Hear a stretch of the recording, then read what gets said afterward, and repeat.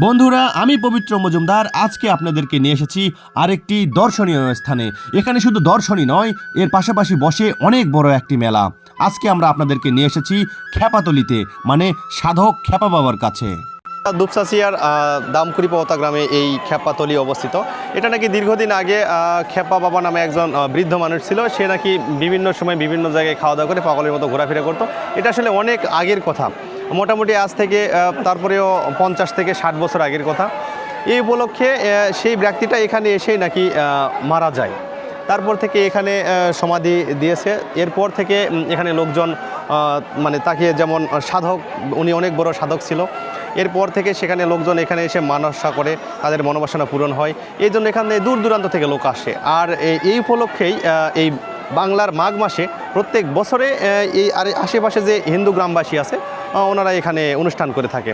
আর এই জন্য দেখতে পারলেন তো আজকে এত লোকজন, এখানে প্রায় হাজার হাজার লোক এখানে আসে এবং তাদের অনেক যারা মনে মনে মনোবাসনা করে সেগুলো এসে এই মন্দিরে দিয়ে যায়, আবার দুধ দিয়ে যায়, মানে বিভিন্ন লোকে বিভিন্ন কিছু। এই খেপাতলিটি অবস্থিত বগুড়া জেলার দুপচাচিয়া উপজেলার দামকুড়ি পওতা গ্রামে। দামকুড়ি পওতা গ্রামটি গুনাহার ইউনিয়নে অবস্থিত হয়েছে। গুনাহার ইউনিয়নে কিন্তু অনেক কিছুই রয়েছে। গুনাহার ইউনিয়নে রয়েছে একটি ঐতিহাসিক জমিদার বাড়ি, এর পাশাপাশি কিন্তু বিভিন্ন ঐতিহাসিক স্থানও রয়েছে। তার মধ্যে আরেকটি দর্শনীয় স্থান হয়েছে এই খেপাতলি। মাঘ মাসের যে কোনো সপ্তাহে যে কোনো ভালো দিন দেখে এখানে অনুষ্ঠান করে সনাতন ধর্মাবলম্বীরা। আমাদের শোনা কথা যে উনি বহুদিন আগে বলে একটা পাগলের মতো ঘুরে বেড়াচ্ছিল, মানে ওর কোনো স্থায়ী ঠিকানা নাই। ওই চারা খাচ্ছিল বলে নাচা আছে, খা ইয়া করতেছিল। এই খাতে খাতে খাতে এখানে তো দেহ ত্যাগ করেছে, ওখানে সমাধি দিয়ে গেছে। ওই তো আগে তো এরকম ছিল না, তো তখন ওই মানুষের টান করতেছিল। হতে হতে আমাদের একটা কাজ আসছিল ইয়ার এই রংপুরের। ওই আসা প্রথমে পাগলা হলো, পাগলা জাগ তাক মারে। হতে হতে যা আমার কাছে ইয়া দবে ভোগ দেওয়া লাগবে। তো একাই আমার ভিক্ষা টিকা করে মন খাঙ্কা চালে একটা খিচুড়ির ব্যবস্থা করলো। খাওয়ার পর ওই ওই অতটুকুতে সম্পূর্ণ লোক খাওয়া হয়ে গেল। এখানে আসা দূর দূরান্ত থেকে ভক্তবিন্দুদের জন্য রয়েছে প্রসাদের ব্যবস্থা, মানে দুপুরে খাবারের জন্য আয়োজন করে এখানকার কর্তৃপক্ষরা। দেখতেই পাচ্ছেন প্রায় হাজার হাজার লোক বসে কিন্তু খাচ্ছে এখানে। যদিও সেই জমির মাঠে বসে খেতে হয়, তবে সেখানকার মজাটাই আলাদা। সন্ন্যাসী এটা কেউ বলতে পারে না, এটা মহাপ্রভু খেপা গোসাই বাবা। মানে এর মহিমাটা কি এখানে, যার কারণে এখানে এত লোক? এর মহিমা বহুগুণ, কেউ মানুষরা করলে পূরণ করে দেয়। একবার নিশ্চিত? হ্যাঁ, নিশ্চিত। মুসলমানেরা আসে এটি কোনো পাতা পুড়তে পারবে না লিয়ারা, মানে এই গাছের এত মহিমা এখানকার না। আর কি কি মহিমা আছে বলেন? আরও মহিমা কারু হয়তো গাভী বিয়াচ্ছে না, দুধ মনসা করে, দুধ গাভীর বাচ্চা হয়ে যাবে, ভালো ভালো হয়ে যাবে, কোনো ইয়ে হবে না। কারু হচ্ছে হয়তো বিপদ আপদ স্মরণ করলে উদ্ধার করবে।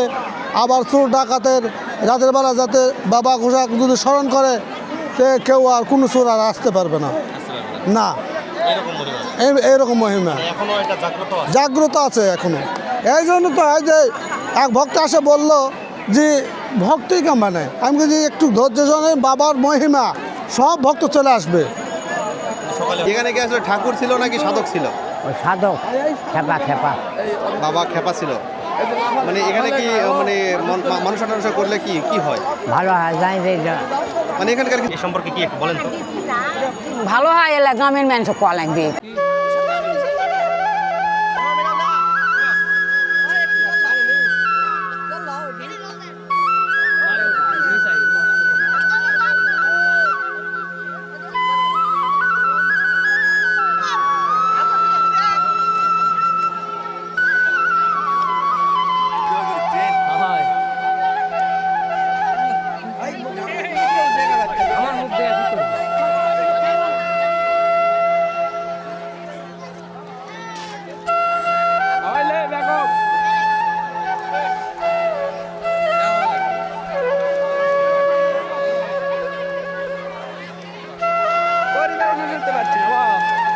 আজকে এখানে খেপা গোসাই বাবার সমাধির ক্ষেত্রে আজকে বহু শত বছর থেকে এখানে অনুষ্ঠান হচ্ছে। বহু দূর দূরান্ত থেকে ভক্তবিন্দু এখানে আসে তাদের মনস্কামনা পূর্ণ করার জন্যে। এখানে খ্যাপা গোসাই নামে একজন খুব সাধক ছিলেন। তার উপলক্ষে এখানে প্রতি বছর এখানে অনুষ্ঠান হয়, সেই কারণে এখানে বহু ভক্তের সমাগম হয়। দর্শক, আমাদের কিন্তু খাওয়া শেষ, আমরা খেয়েটে কিন্তু আমরা বাসায় দিক রওনা দিব। ততক্ষণের জন্য আমার বন্ধুর ভিডিও দেখতে থাকুন।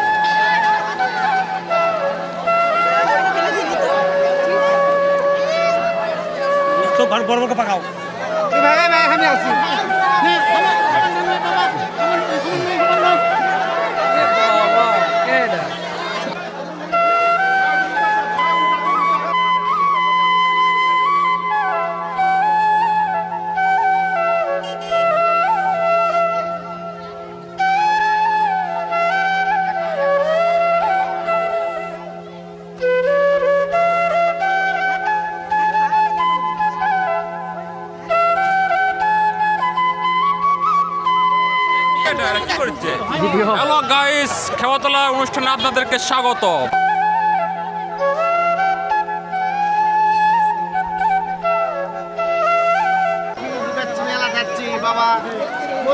ভালো লাগতেছে না বা খুব গরম। কেন এই শীতের দিনে এত গরম লাগছে গরম জানি না এটা কেন গরম, এই খেপাতলি খেপে গেছে আচ্ছা নাকি? আপনার সাথে গরমে আমাকে অস্থির বা লে বাবা, তুই এখন ভিডিও কর বাবা, যা। আমি এখন কিছু বলবো না, আমি একটা ডিপ্রেশনে আছি, তো ওই জন্য আর কিছু বলবো না।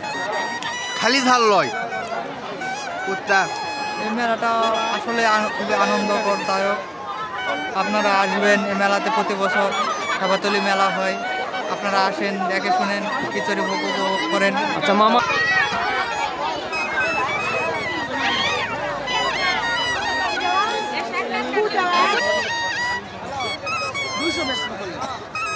লালগুলা